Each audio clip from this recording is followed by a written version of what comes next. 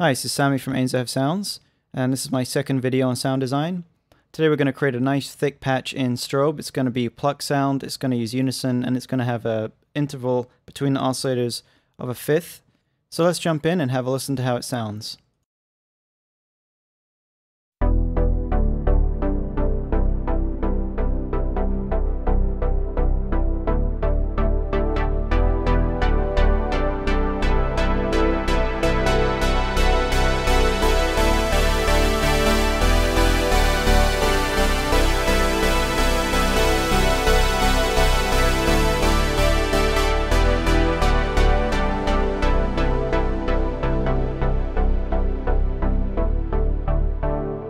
So that sounds great. Just wanted to remind you, like in the last video, I'm using a separate patch for the bass. This is it here. Very simple. And this is so I don't have to worry about muddiness being in the patch I'm working on, because I can just use a high pass filter. For example, the bass is on a separate line. So let's start a new instance of Strobe going. Got an init patch loaded here. One important thing to note is the oversampling. It's very important that you turn on oversampling if you want to hear the full capabilities of Strobe.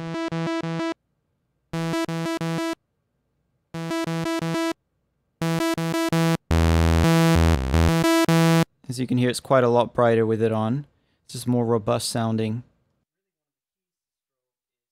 We're going to be using the Unison control and the transmod system. I'll be explaining those. But first, let's bring down the MIDI notes, so we've got a replicate of what we were working with above. I'll just mute these, and we'll have a listen. Okay, so we need to set the voices so that it can play the chords. I'm actually going to need all of the voices I can get because I'm going to use a lot of Unison.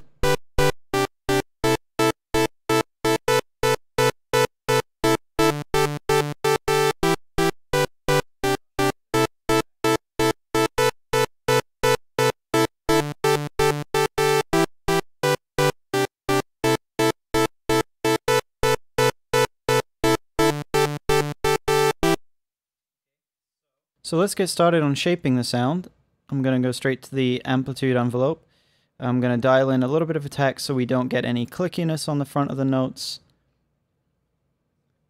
And notice the display in Strobe is really useful. You can actually see the envelope shape as you set it. It also gives you real numbers for readouts. So if you're adjusting a time-based parameter, it shows you the milliseconds or the seconds.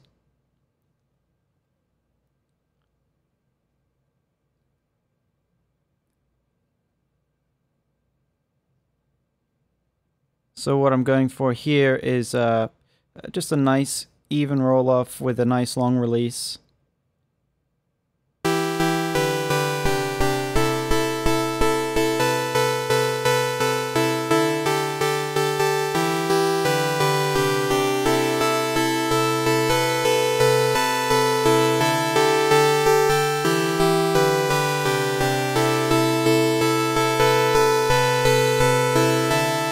So you can see how the shape changes when I use a linear curve. It's just aesthetic, really. You can use what you want. I like the way this one sounds for this patch. So I'm just going to work on the filter. I'm bringing the key follow down to a negative amount, so lower notes will actually raise the filter more than higher notes. And again, that's also aesthetical. I just like the way it sounds on this kind of a patch.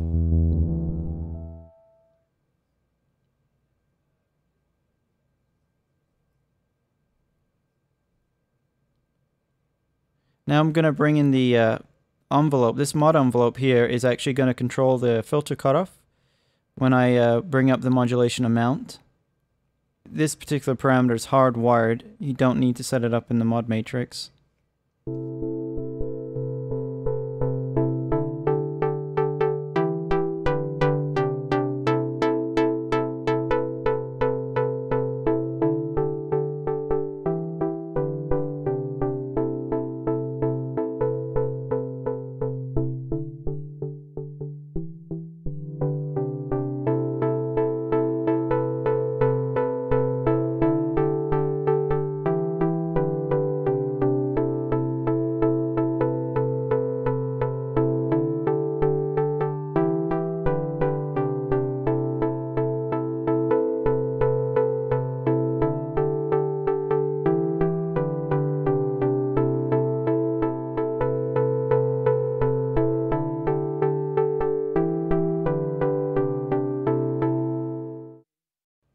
Okay, let's bring up the drive on the filter a little bit.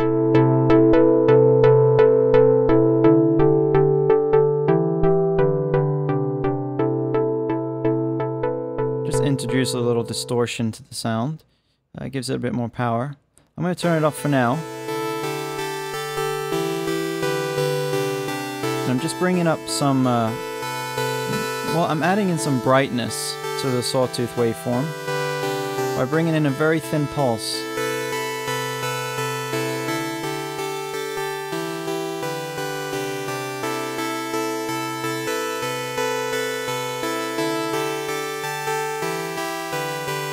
And a tiny bit of noise.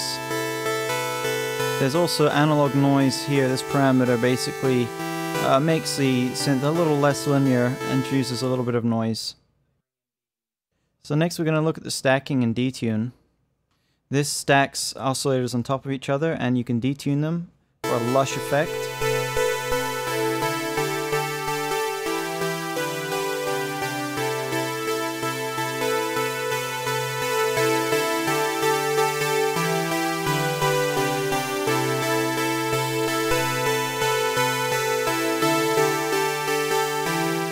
So I'm just going to set it to 2 because I only want 2 oscillators in this patch. And I'm going to use the detune to dial in the 7 semitones difference between the 2 oscillators.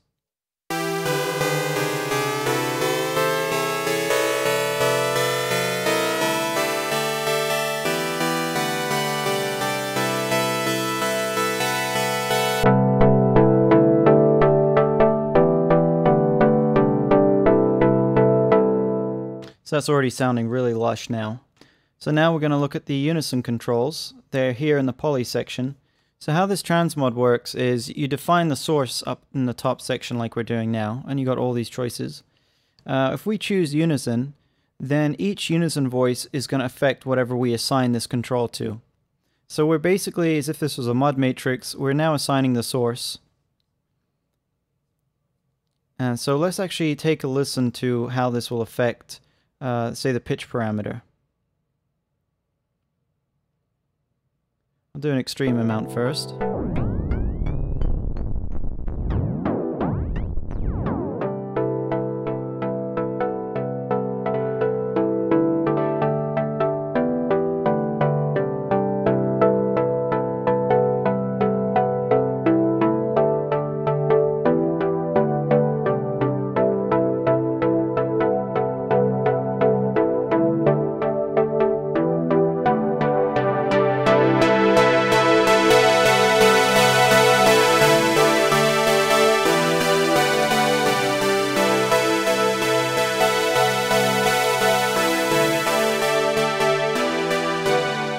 So you can hear how thick and dense it makes that patch. It's brilliant. But there's another very cool feature in that we can actually modulate the pan amount.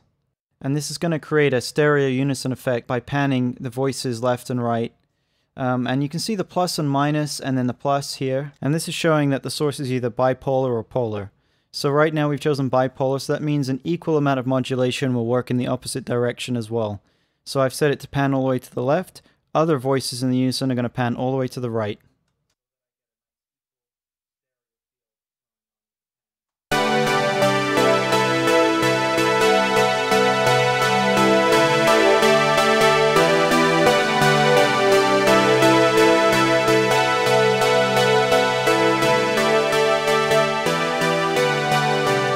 So now you can hear it's really starting to sound luscious and open. The next thing we're going to do is assign the mod wheel, which is here called Performance 1. I'm going to assign this to the filter. So I'm closing up the filter to where I want the modulation to start. And then I'm bringing up the mod amount to where I want it to end.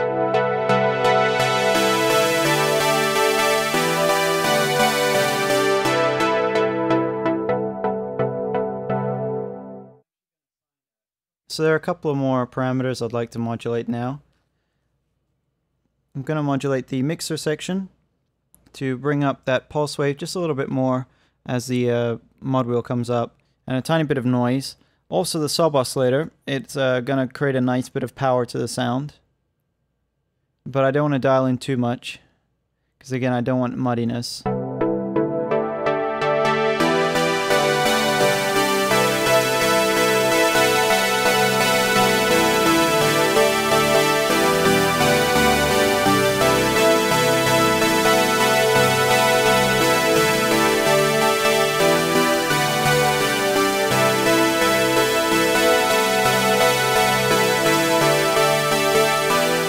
take a look at the graphical representation of the filter here for a moment.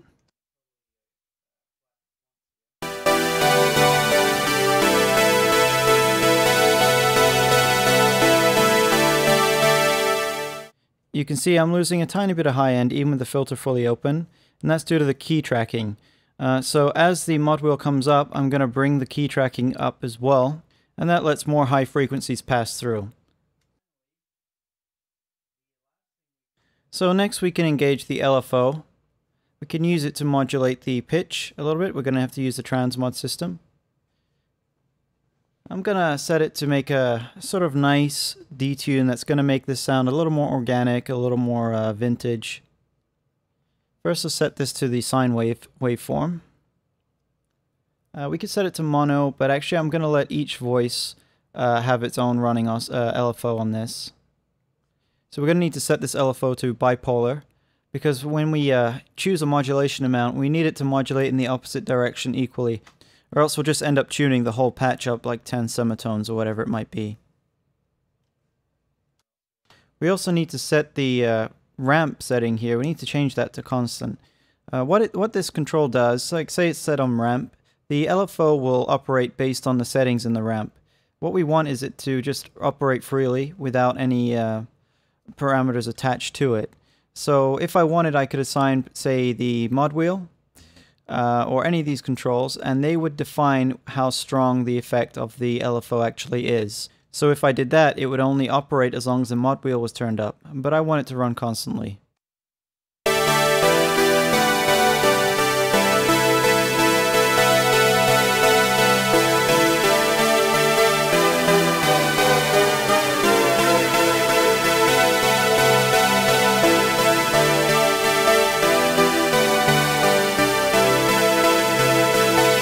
What's neat here is using this constant control, I can actually turn the effect totally off, or I can make it more extreme. So we can use this to preview the strengths.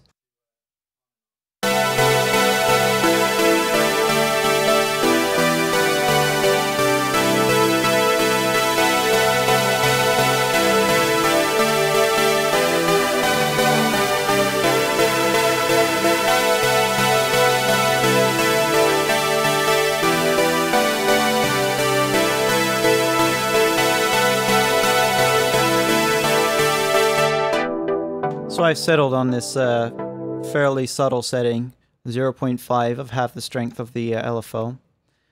So the only other thing I'm going to do now is load up a couple of plugins that I use just to tidy up the sound.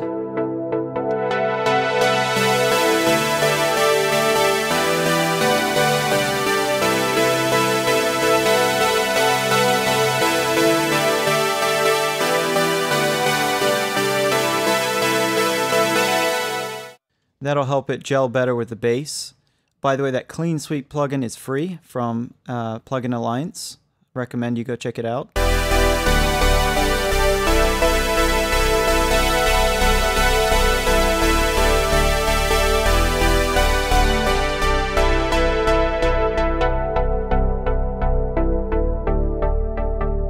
So let's also look at some effects. I've already got some sends set up here.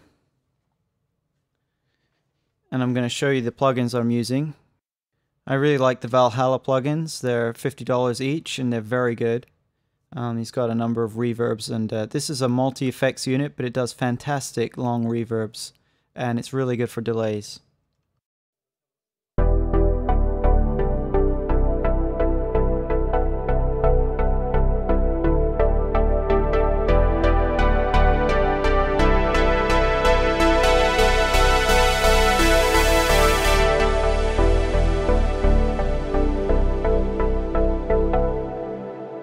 You can hear what a beautiful atmosphere that creates behind the sound. It's very lush, very beautiful sound. So let's listen to the ping pong delay. This is a diffusion delay, which kind of means the delays almost have a chorusy reverb effect in themselves.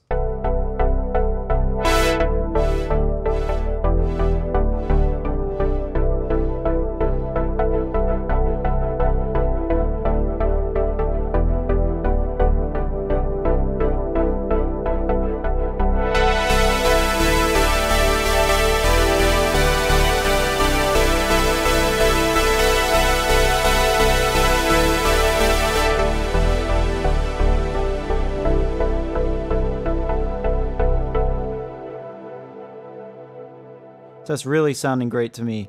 Let's listen to where we started with the original patch.